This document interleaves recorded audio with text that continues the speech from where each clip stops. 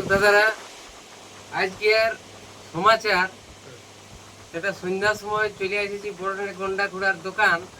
তুই বেটা এমন লোক যে আমার কোথায় দিছেই নেই কান, বুঝে নিয়েছে এই তো পয়সা দিবে না লিবে কে ধার, ওই জন্য আমার কোথায় দিছে নাই কান। আর এদিকে আরো অনেক খদ্দের আছে, ইয়াদের কোথায় ঠিকঠাক দিয়ে দিছে হার তিরঙ্গা 2 রুপা যেটা খুঁজছে সেইটাই দিছে, আর খদ্দার গুলো সেইটাই লিছে, আর আমার দিকে দিছে নেই কান। তো এই আর কোথায় আমার মানে পয়সা ধার আছে, ওই জন্য ছিঁড়েও যাচ্ছে যান।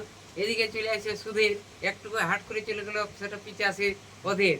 85 আর একজন চলে এসেছে, সেটা আমাদের রান্নার মিস্ত্রি। ইয়াকে আরো বুকিং করতে গেলে দাদা আগে বলবে দরকার আছে ফাড়া কাঠ, ঠাকুরের যখন করবে পূজা পাঠ সেইরকম। আমি যখন খুঁজছি বুঝে তুই যত বড় লইলার, আর ওইদিকে খেলা ছিল সেটা 85 সাথে হারা 4। এদিকে পেটাটি থেকে চলে আসে আমাদের সেই গৌরচন্দ্র। তো এই দাদা লোকটা লই মন্দ, সবসময় আমাদেরকে এসে নিয়ে খবর দেয় ভালো মন্দ। আর এদিকে আমাদের চা দোকানের তথা চপ দোকানের ম্যানেজার জ্যোতিশ্বর, ইয়ার এই বড়টারই নাকি পঠে দাদা ঘর। তখন কালকে সকালের জন্য লিছে আলু, আর আমরা ইয়ার দোকানে মানে খাই সেটা হচ্ছে চালু, চাটা হয় চালু।